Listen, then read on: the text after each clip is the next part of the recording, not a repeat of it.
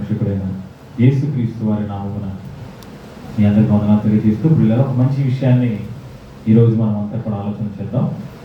ముందుగానే మీ అందరికీ తెలియజేసిన రీతిగా జట్టి అయిన వాడు పోరాడవలసిన క్రమము అక్రమము అనే విషయాన్ని గురించి మనం ఆలోచన చేద్దాం. జట్టి అయిన వాడు పోరాడవలసిన క్రమము అక్రమము అనే విషయాన్ని గురించి ఈరోజు మనం ఆలోచన చేద్దాం. జట్టి అనగానే మీ అందరికీ ఒకవేళ అర్థం కాకపోవచ్చు. జట్టి అన్న మాటకు అర్థం సైనికుడు. బైబిల్ భాషలో సైనికుడిని జట్టి అని దేవుడు రాయించారు. జట్టి అనగా సైనికుడు, సైనికుడు అనగా క్రైస్తవుడు.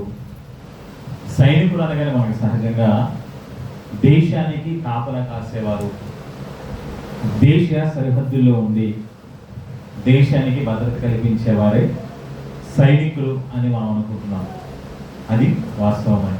అయితే దేశాన్ని కాపాడడానికి సైనికులు ఎంత అవసరమో దేవుని పిల్లలైన వారిని సాతాను యొక్క కబంధ హస్తాల నుంచి కాపాడడానికి కూడా క్రీస్తు సైనికుడు, క్రైస్తవుడు అంతే అవసరమని దేవుడు భావించారు. కనుకే క్రైస్తవులను దేవుడు సైనికులతో పోల్చారు. ఒకసారి ఈ మాట మనం బైబిల్లోకి వెళ్ళి చూద్దాం. అపోస్తులైన పౌలు గారు తిమోతిలకు రాసిన 2వ పత్రిక 3వ అధ్యాయం మనం చదివినప్పుడు, క్షమించిన 2వ అధ్యాయం మనం చదువుతున్నప్పుడు ఏమండి, 2వ తిమోతి పత్రిక 2వ అధ్యాయము పిల్లల మరి 3వ వచనం నుంచి మనం చదువుదాం. చూడండి ఒకసారి 3వ వచనం నుంచి మనం చదువుదాం. చూడండి, క్రీస్తు యేసు యొక్క మంచి సైనికుని వలె నాతో కూడా శ్రమను అనుభవించుము అంటున్నారు పౌలు గారు. క్రీస్తు యేసు యొక్క మంచి సైనికుడు.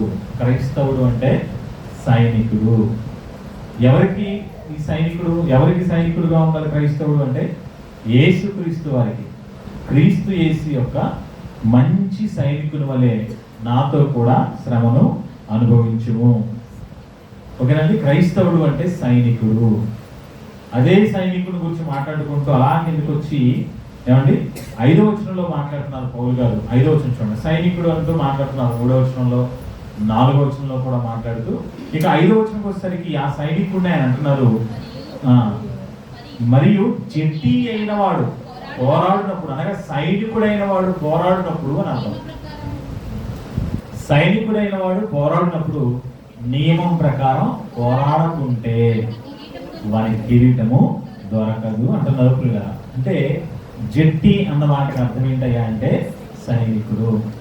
ఎవరికి సైనికుడు అని మనం ఆలోచిస్తే దేశానికి కాదు, దేవునికి సైనికుడు.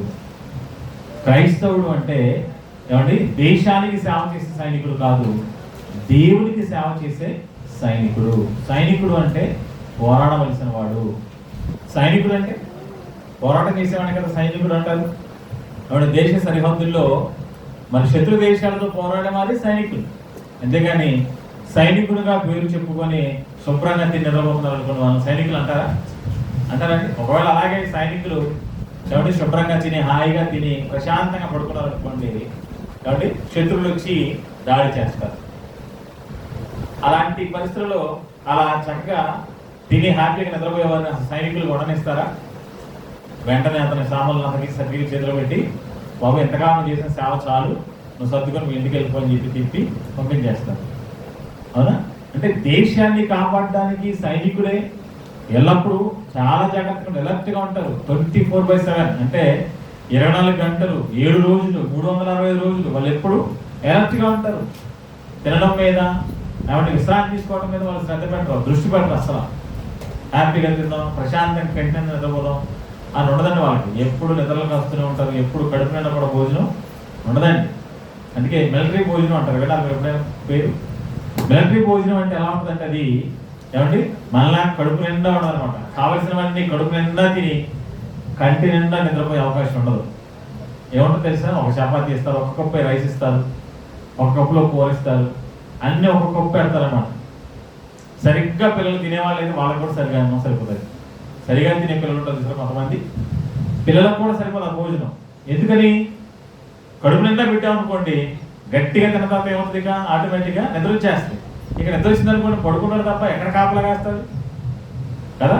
కనుకే సైనికులు అంటే ఎప్పుడు ఎలర్ట్గా ఉంటారు. దేశాన్ని కాపాడడానికి ఆహర్నిశలు కుటుంబాలను విడిచిపెట్టి, భార్య బిడ్డలను విడిచిపెట్టి, తల్లిదండ్రులను విడిచిపెట్టి, వాళ్ళ సుఖాలను కూడా విడిచిపెట్టి, ఏమంటే ఎండనక వాననక చలనక ఏమంటే విపరీతంగా ప్రయాసపడే వాళ్ళే సైనికులు. అందుకే దేశం వారిని ఎంతో గౌరవిస్తుంది, దేశం వారిని ఎంతో రెస్పెక్ట్ చేస్తుంది. సైనికులు అంటే అందరూ గౌరవిస్తారు. కారణం ఏంటంటే వాళ్ళు దేశాన్ని కాపాడడం కోసం అహర్నిశలు ప్రయాసపడేవారని. అలాగే దేవుడు కూడా ఏమండి క్రైస్తవులను గురించి ఆయన ఏమనుకుంటున్నాడంటే, నా పిల్లలు కూడా సైనికులు. ఎవరి నుంచి కాపాడడానికి సైనికులు వీళ్ళు అని మనం ఆలోచిస్తే పిల్లరా, ఇరుగు పొరుగు దేశాల నుంచి ఏమంటే భారతదేశాన్నో లేకపోతే మరొక దేశాన్నో కాపాడడానికి కాదు వీళ్ళు.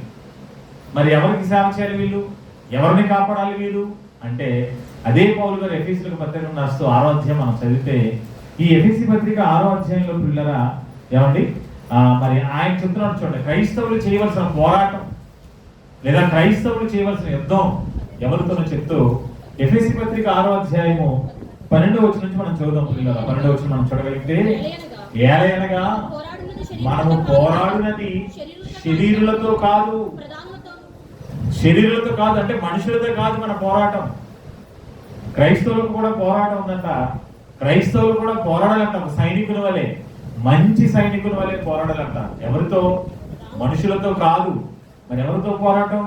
ప్రధానులతోనూ అధికారులతోనూ ప్రస్తుత అంధకార సంబంధులకు లోకనాథులతోనూ ఆకాశ మండలమున్న దురాత్మల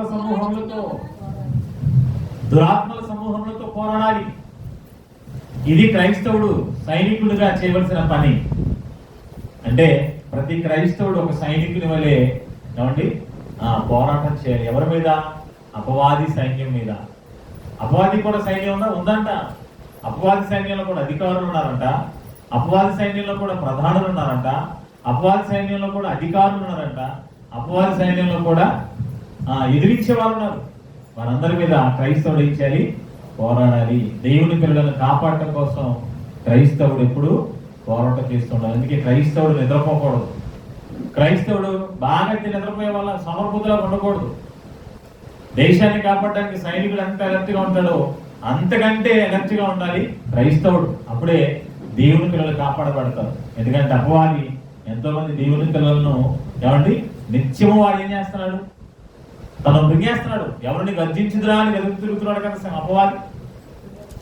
దేవుని పిల్లలను ఏమండి ఎవరిని మృంగుదురా అని వెతుకుతూ తిరుగుతున్నాడు అపవాది.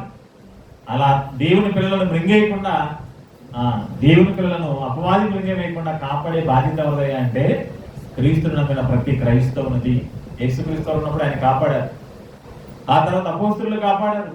ఆ తర్వాత మొదటి శతాబ్దం సంఘం కాపాడింది. ఆ తర్వాత పౌలు గారు కాపాడారు.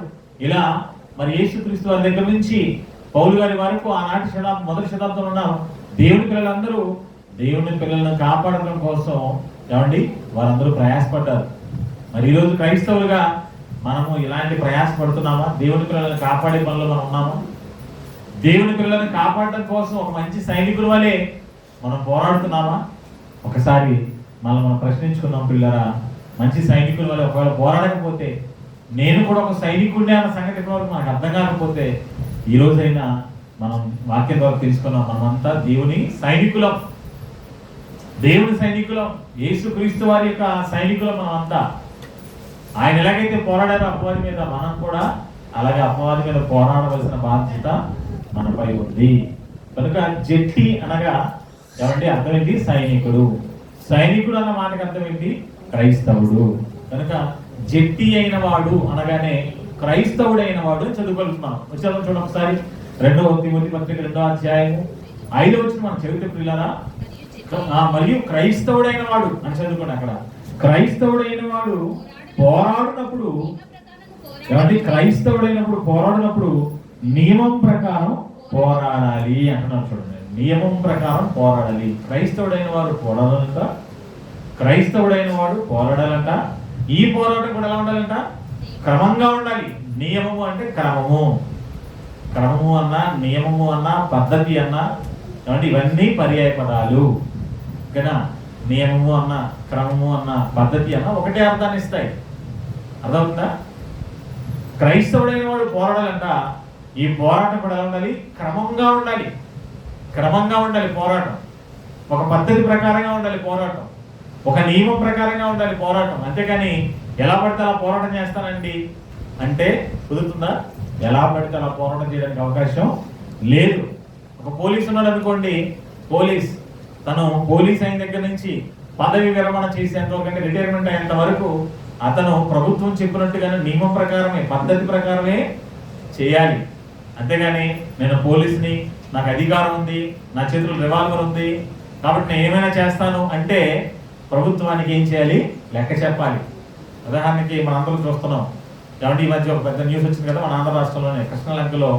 ఏమంటే ఒక వ్యక్తి, ఒక కుర్రోడు, ఏం పేరు, సాయి కృష్ణ అనే వ్యక్తి, అతను చిన్న వయసులోనే ప్రవృత్తిలోకి వెళ్ళిపోయాడని, నేరాలు చేస్తున్నాడని కదా, చాలా కేసులు అతని మీద 22-23 కేసులు అతని మీద ఉన్నాయని వార్తల్లో మనం చూస్తున్నాం. ఆ వ్యక్తిని పోలీసులు పట్టుకున్నారు, అతను చేసిన నేరాలు బట్టి పోలీసులు అతను పట్టుకున్నారు. ఓకే, పట్టుకుంటారు, నేరం చేసేవాడిని పోలీసులు అరెస్ట్ చేస్తారు. ఇది చట్ట ప్రకారంగానే జరుగుతుంది. అరెస్ట్ చేశాడు. అరెస్ట్ చేసిన వెంటనే ఏం చేయాలి? అతని మీద ఉన్న నేరాలన్నింటినీ కూడా కేసు కట్టి ఆ వ్యక్తిని తీసుకువెళ్ళి కోర్టుకు అప్పగించాలి. ఆ కోర్టులో అతనిపై ఉన్న నేరాలు ఏంటో కూడా రుజువు చేయగలిగితే ఆ నేరాలను బట్టి వాటికి ఆధారాలు చూపించినప్పుడు ఏం చేస్తారు జడ్జి గారు అంటే అతనికి శిక్ష విధిస్తారు. అవునా, జైలు జీవితం విధించడమో లేకపోతే మరణ శిక్ష విధించడమో, ఏం చేస్తాడో పనిష్మెంట్ అంటే ఫైన్ వేసి వదిలేస్తాడో మొత్తానికి జడ్జి గారు నిర్ణయం తీసుకుంటారు. అంతేనా? అరెస్ట్ చేసే పని ఎవరిది? పోలీసులది. శిక్ష విధించే పని ఎవరిది? జడ్జి గారిది. అంతేగాని జడ్జి గారు చేయవలసిన పనిని పోలీసులు చేశారనుకోండి, ఏమవుతుంది? చేశాడు ఎవరు? సిఐ గారు. ఏం పేరు? ఆయన పేరు నాగరాజు గారు. ఆ సిఐ నాగరాజు గారు ఏం చేశారు? ఈ అరెస్ట్ చేసిన ఈ వ్యక్తిని కోర్టుకి అప్పగించకుండా అతను ఏం చేశాడు అంటే లాకప్లోనే చంపేశాడు అని వార్తలు. నిజమో కాదో మనకైతే తెలియదు. వార్తలు బట్టి మనం చెప్తున్నాం అతను చంపేశాడండి, అతను చంపేశాడు. చివరికి అతని యొక్క శవం కూడా దొరకకుండా అతని కాల్ చేశారని ఒకరు, పూర్తి చేశారని మరొకరు, రకరకాలుగా వార్తలు మనం వింటున్నాం. ఏం జరిగిందో మనకైతే తెలియదు. ఆ నాగరాజు గారికి తెలుసు, ఆ జైల్లో ఉన్న వాళ్ళకి తెలుసు, ఆ దేవునికి తెలుసు. అదంతా అది వెలికి తీసే పనిలో ఇప్పుడు ప్రభుత్వం సిట్ని నియమించింది.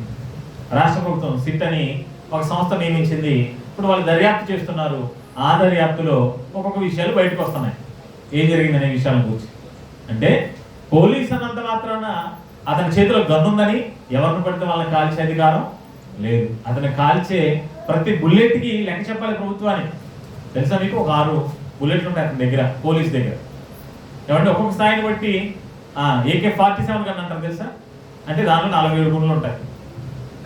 అవునా? ఒక్కొక్క ఆ రేంజ్ని బట్టి వాళ్ళ చేతిలో గన్నులు ఉంటాయి కదా. ఇక వాళ్ళ దగ్గర సైనికుల దగ్గరికి వెళ్ళిపోతే వాళ్ళ దగ్గర పెద్ద పెద్ద ఫిరంగులు ఉంటాయి. అవునా? రకరకాల బాంబులు ఉంటాయి. వాటితో దాడి చేయొచ్చు. వాళ్ళకి అధికారం ఉంది. అవసరాన్ని బట్టి వాళ్ళు చేసేయచ్చు. నేను సైనికుడిని, యుద్ధంలో నేను పోరాడుతున్నాను కనుక శత్రువులు చేసిన వెంటనే వాళ్ళకి బాంబు వేస్తా అంటానికి లేదు. వాళ్ళు యుద్ధం చేయాలంటే ఎవరి అనుమతి కావాలి? రాష్ట్రపతి అనుమతి కావాలి. తెలుసా? రాష్ట్రపతి అనుమతి తీసుకొని దేశ సైన్యం యుద్ధం చేయాలి. అలాగే ఒక SI చేయాలంటే దానిపై CI చెప్పాలి. CI చేయాలంటే DSP చెప్పాలి. DSP చెప్పాలంటే ఆయన పై ఉన్న మరొక ఆయన చెప్పాలి.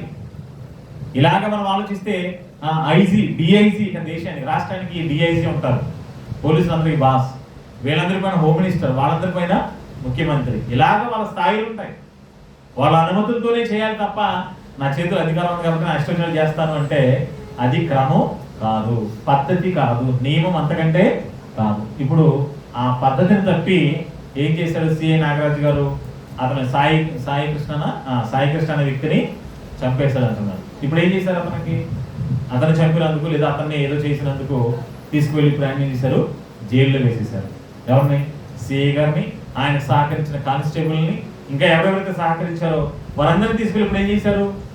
చట్ట ప్రకారం వాళ్ళందరినీ తీసుకెళ్ళి జైల్లో వేసేశారు. అంటే ప్రభుత్వం అనేది ఒక చట్టాన్ని పెట్టింది.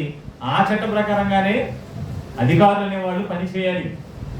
చట్టాన్ని అతిక్రమించిన వారికి శిక్ష ఉంటుంది. అది మనం చూస్తున్నాం. అవునా? ఒక దేశానికి చట్టం ఉన్నప్పుడు, ఒక రాష్ట్రానికి చట్టం ఉన్నప్పుడు ఆ చట్ట ప్రకారం వెళ్ళకపోతేనే శిక్షించబడతారు అన్నది వాస్తవం అయితే, దేవుడు కూడా ఒక క్రమాన్ని పెట్టారు. ఆ క్రమం ప్రకారంగా వెళ్ళకపోతే మనకు కూడా ఖచ్చితంగా ఏముంటుంది?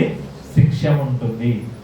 దేవుని పిల్లలైనంత మాత్రాన బాప్తిస్మం తీసుకున్నంత మాత్రాన, వేలకు వేల రూపాయలు నేను కానుకిస్తున్నంత మాత్రాన, లేదా విపరీతంగా నేను సభలు పెట్టేస్తున్నాను అన్నంత మాత్రాన కదా, నేను దేవుని కోసం ఏదో ప్రయాసపడుతున్నాను, నేను దేవుని కోసం ఏదో చేస్తున్నాను అనుకున్నంత మాత్రాన మన ఇష్టం వచ్చినట్టుగా చేస్తే దేవుడు ఒప్పుకోడు.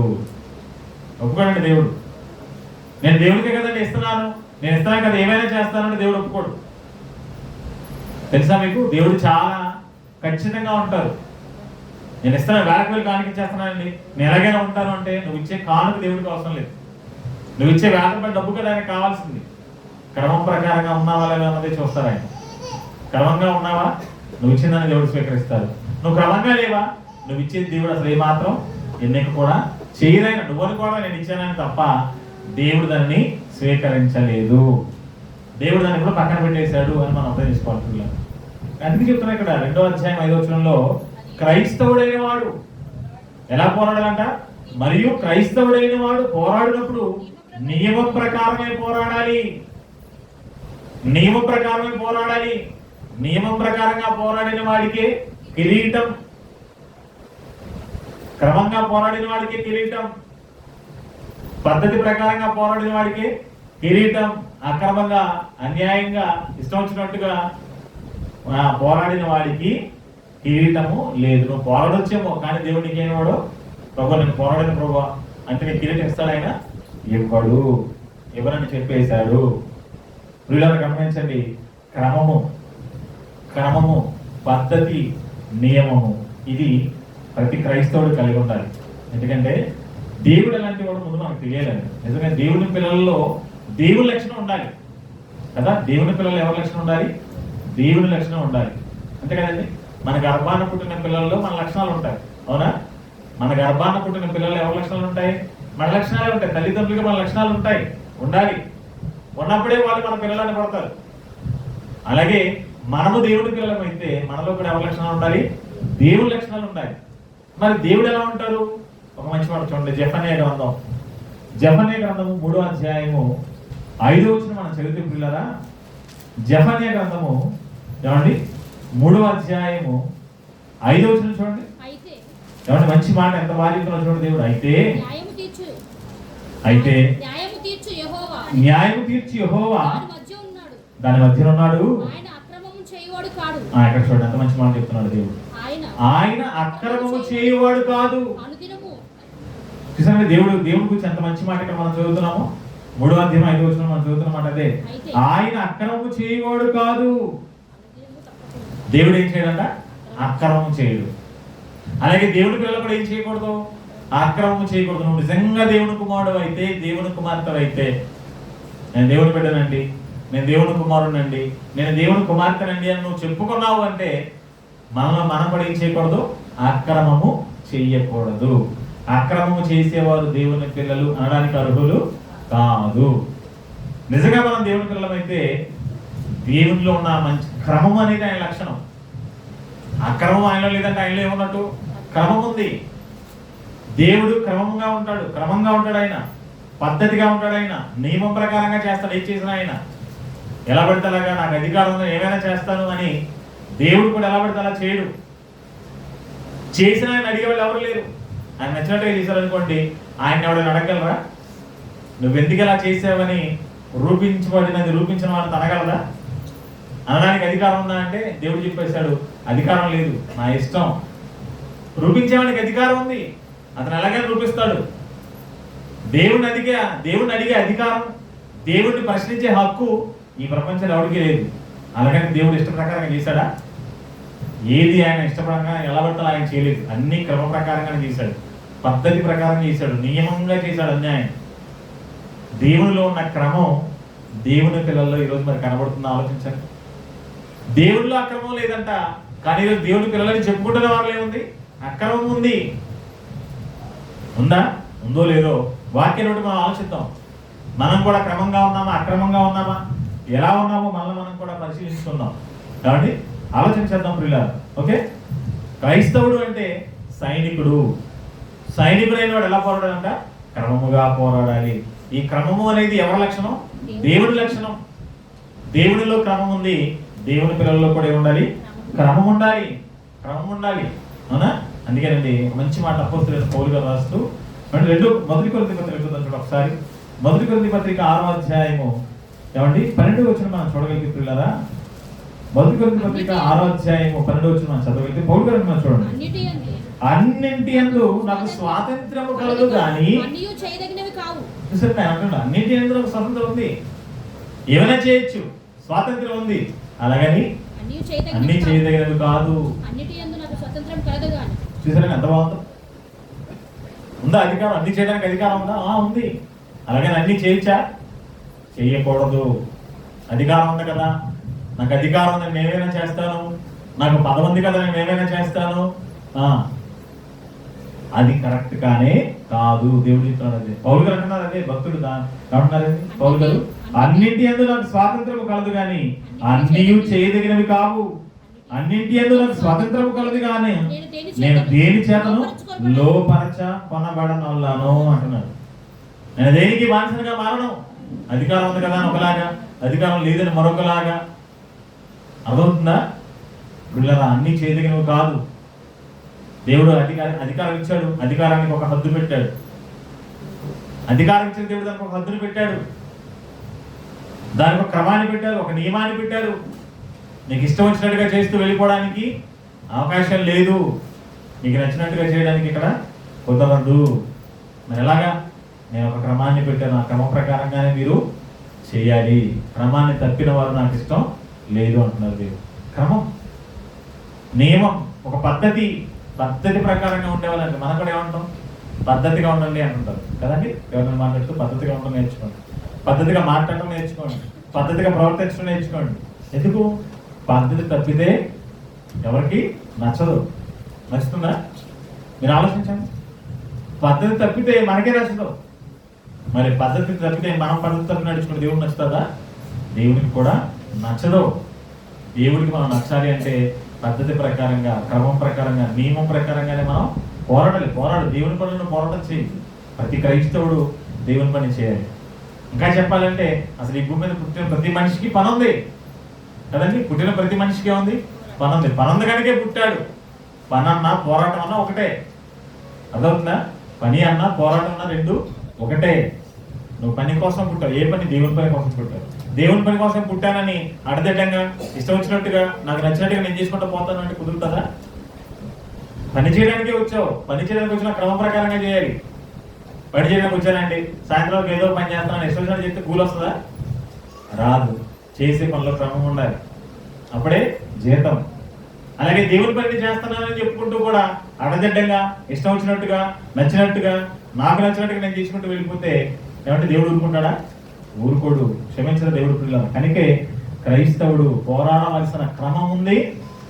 ఆ క్రైస్తవుడు పోరాడే విషయంలో అక్రమము కూడా చేస్తున్నాడంట.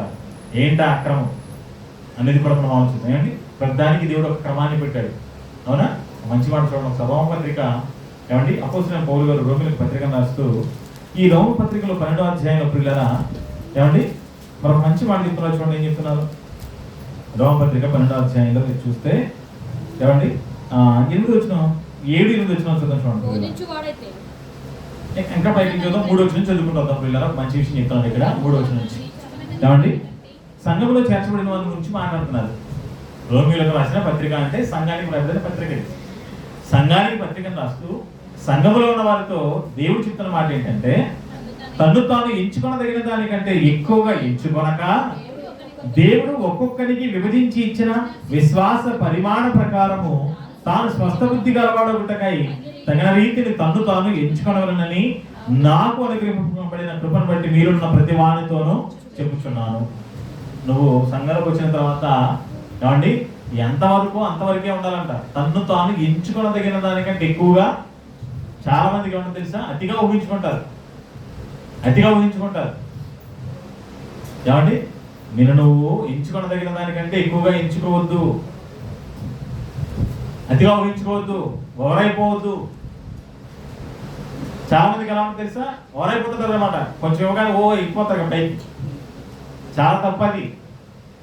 మనకున్న జ్ఞానం, మనకున్న తెలివి, మనకేం తెలుసు బైబిల్, మనం ఏం నేర్చుకున్నాం బైబిల్ని, మనం ఏం చేస్తాం దేవుని పని కోసం, ఎంత నేర్చుకున్నాం మనం, అసలు నేను వెళ్ళొచ్చా, ఎంతగా ఊహించుకోవచ్చా? ఎంతగా నేను ఆలోచించుకోవచ్చా? ఎప్పటికప్పుడు మనం ఎగ్జామ్ చేసుకోవాలి తెలుసా. ఎప్పుడు కూడా మనం మనకంటే ఎక్కువ ఊహించుకోకూడదు, అతిగా ఊహించుకోకూడదు. అతిగా ఊహించుకుంటేనే సమస్యలు వస్తాయి. అతిగా ఎంచుకోకూడదు. అదవుతుందా? మనకి ఎంత జ్ఞానం ఉన్నా, మనకి ఎంత తెలివి ఉన్నా, మనకి ఎంత ఆస్తి ఉన్నా, మనకి ఎంత ఐశ్వర్యం, ఎంత పలుకుబడి ఉన్నా మనం ఎంచుకొనదగిన దానికంటే ఎక్కువగా ఎంచుకొనకూడదు. అలా ఎంచుకుంటే సమస్యలు వచ్చేస్తాయి అని చెప్తూ కిందకు వచ్చి అంటున్నాడు ఆయన. 4వ వచనం అంటున్నాడు, ఒక్క శరీరంలో మనకు అవయవం ఉండినను. శరీరం ఒక్కటే ఏమండి, శరీరం ఒక్కటే అంట. ఒక్క శరీరంలో మనకు అవయవం ఉండినను ఈ అవయవములన్నింటికి ఒక్కటే పని ఎలాగుండదో. అంతే కదండి, శరీరంలో ఎన్నో అవయవాలు. ఈ అవయవాలన్నింటికి ఒకే పని ఉంటుందా? అన్ని అవయవాలు ఒకే పని చేస్తాయా? ఇప్పుడు కన్ను ఉందనుకోండి, కన్ను ఒకటే చూస్తుందా? చెయ్యి కూడా చూస్తుందా? కన్ను మాత్రం చూస్తుంది. కన్ను పని అయితే చూడడం దాని పని, అంతేనా? చెయ్యి కూడా నేను చూస్తాను అంటదా? కాలు వచ్చి నేను కూడా చూస్తాను అంటదా? అవయవాలు ఉన్నాయి, శరీరం ఒకటే. ఈ శరీరంలో ఎన్నో అవయవాలు. ఆ అవయవాల్లో ప్రతిదానికి ఒక్కో అవయవానికి ఒక్కొక్క పని చెప్తాను. ఎంత బాగా చెప్తాను చూడండి. ఒక్క శరీరంలో మనకు అనేక అవయవములు ఉండినను ఈ అవయవములన్నింటికి ఒక్కటే పని ఎలాగుండదో అలాగే అనేకులు మనము క్రీస్తులో ఒక్క శరీరముగా ఉండి ఒకరికొకరము ప్రత్యేకముగా అవయవములై ఉన్నాము. చూసారండి, మనందరం కూడా ఒకే శరీరం, క్రీస్తు శరీరంలో అవయవాలమే. బాప్తిసం పొందిన వారంతా క్రీస్తు శరీరంలోనే అవయవాలుగా పోల్చబడ్డాం. మనం అంతా ఒక్కొక్క అవయవం అని శరీరంలో ఉన్నామని చెప్పని అందరికి ఒకటే పని ఉందా? అందరికి ఒకే పని లేదు. ఒక్కొక్కరికి ఒక్కొక్క పని. సంఘంలో ఒక్కొక్కరిది ఒక్కొక్క పని. ఏంటయ్యా సంఘంలో నీ పని? నీకు అర్థం కాలేదా? కిందకు చెప్తున్నాడు చూడండి. సంఘంలో ఏంటయ్యా, నాకు ఏం పని ఉంది సంఘంలో? ఎవరికి పని? ఎవరెవరి పని ఏ విధంగా దేవుడు పెట్టారు? ఒక్కొక్కరికి ఒక్కొక్క పని ఉందంట. ఒక్కొక్క అవయవానికి ఒక్కొక్క పని ఎలా ఉందో ఒక్కొక్క వ్యక్తికి కూడా ఒక్కొక్క పని ఉందంట. అదే చెప్తున్నాడు చూడండి ఒకసారి. ఆలోచన మనకు అనుగ్రహింపబడిన కృపావరములు చొప్పున వేరు కృపావరములు కలిగిన వరమైనాము గనుక ప్రవచన వరమైతే విశ్వాస పరిమాణము చొప్పున ప్రవచింతము, పరిచర్య అయితే పరిచర్యలోను. చూడండి అక్కడ చెప్తున్నాడు నీ పని. ప్రవచించేవాడమైతే విశ్వాస పరిమాణము చొప్పున ప్రవచించు, పరిచర్య అయితే పరిచర్యలోను, బోధించువాడైతే బోధించుటలోను, హెచ్చరించువాడైతే హెచ్చరించుటలోను పని కలిగి ఉండుము. పంచిపెట్టువాడు శుద్ధ మనసుతోను, పై విచారణ చేయవాడు జాగ్రత్తతోను, కరుణించువాడు సంతోషముతోను పని జరిగింపవలేను. ఒక్కొక్క పని. బోధించేవాడి పని బోధించేదే, పంచిపెట్టేవాడి పని పంచిపెట్టడమే, కరుణించేవాడి పని కరుణించడమే, హెచ్చరించే పని వాడు హెచ్చరించడమే. నేను హెచ్చరించేవాడినండి, నువ్వు బోధించకూడదు. నేను బోధించేవాడిని, నువ్వు హెచ్చరించడం అవసరం లేదు. ఒక్కొక్కరికి ఒక్కొక్క పని ఉంది. నువ్వు హెచ్చరించేవాడివా? అంతవరకే ఉంటుంది. నువ్వు హెచ్చరించేవాడివి నువ్వు ఊహించేసుకొని నేను బోధకుడి కంటే గొప్ప అని అనుకోవద్దు. లేదా బోధకుడివా? హెచ్చరించేవాడి కంటే అందరికంటే గొప్పనండి అని అదిగా ఊహించుకోవద్దు.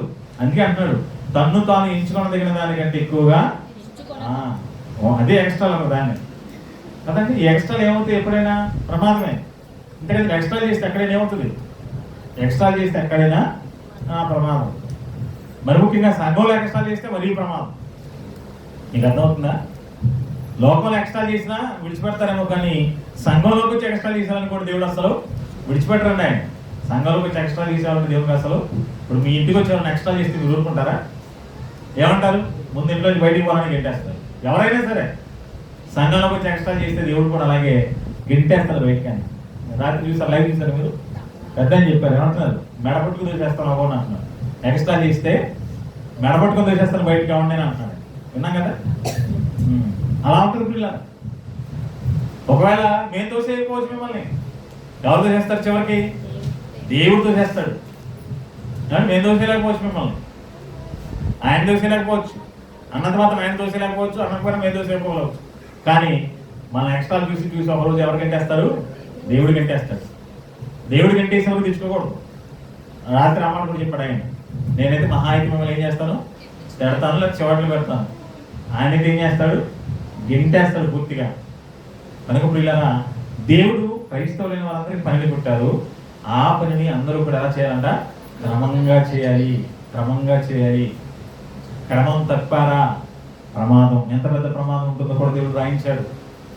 క్రమం తప్పేవారు ఉన్నారని, ఆ క్రమం తప్పిన వారికి ఎటువంటి పనిష్మెంట్ ఇస్తానని దేవుడు అన్నీ చెప్పారు. అర్థమవుతుంది మీకు? క్రమంగా ఉంటే ఏం చేస్తాడో చెప్పాడు దేవుడు, అక్రమంగా ఉంటే ఏం చేస్తానో కూడా దేవుడు చెప్పారు. కాబట్టి సంఘానికి వచ్చిన తర్వాత దేవుడిలో మనకు అవకాశం ఇచ్చాడు, అధికారం ఇచ్చాడని చెప్పని ఏమండి కోతి కొబ్బరి చూపించినట్టుగా ఎక్స్ట్రా చేయకూడదు కదండి. కోతి కొబ్బరి చూపించారు కదా అని ఎక్స్ట్రా చేయకూడదు. మా ఆయన అన్నాలే, నేను కూడా ప్రిన్సిపాల్, నాకు అధికారం ఉంది, నేను తిరిగి వస్తాను మొత్తం. అయితే అధికారం తిరిగి వస్తావా? క్రమం లేదా? ఆలోచించండి. ఎలాంటి మాటలు మాట్లాడుతున్నారు అంటే, ఏమంటే అధికారం ఉంది కదా అని ఇష్టం చేస్తానడానికి అధికారం అవకాశం లేదు. నీకు అధికారం ఉంటే దానికి ఒక క్రమం, ఆ క్రమం ప్రకారంగానే వెళ్ళాలి. ఒక కోఆర్డినేటర్ అతనికి ఒక అధికారం, క్రమంగా వెళ్ళాలి. ఒక ప్రిన్సిపల్ అతనికి ఒక క్రమం, ఒక వైస్ ప్రిన్సిపల్ ఆయనకు ఒక క్రమం, ఒక అడిషనల్ డిప్యూటీ డైరెక్టర్ ఆయనకు ఒక క్రమం, డిప్యూటీ డైరెక్టర్ ఆయనకు ఒక క్రమం, ఒక్కొక్కరికి ఒక క్రమం ఉంది. ఆ క్రమాన్ని దాటి వెళ్ళిపోతే దేవుడు అసలు ఊరుకోడు. ఎవరు పెట్టిన క్రమం వారు చేయాలి.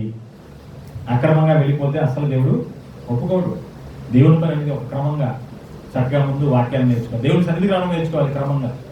క్రమంగా దేవుడి సన్నిధికి రావడం నేర్చుకోవాలి. క్రమంగా దేవుడి సన్నిధికి వస్తూ వాక్యాలు నేర్చుకోవాలి. వాక్యాలు నేర్చుకున్న తర్వాత క్రమంగా దేవుని పనిని చేయాలి.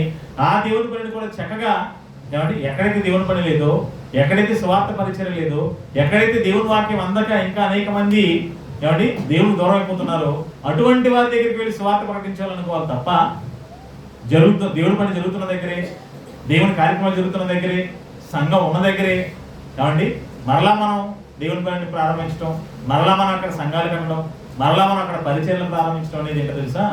అక్రమం. అపోస్తలుడైన పౌలు గారండి ఇదే రోమిలకు పత్రిక రాస్తూ ఏమంటే ఆయన ఏం చెప్పాడు తెలుసా? సువార్త ప్రకటించడానికంట ఆయన ఎక్కడికి వెళ్ళాలనుకుంటున్నారు మనం చూడగలిగితే, ఏమండి ఎక్కడికి వెళ్ళాలనుకుంటున్నారు ఆయన? ఎక్కడైతే క్రీస్తు సువార్త ప్రకటింపబడలేదో నేను అక్కడికి వెళ్ళి వాళ్ళకి సువార్త ప్రకటించాలనుకుంటున్నాను అంటున్నాడు ఆయన.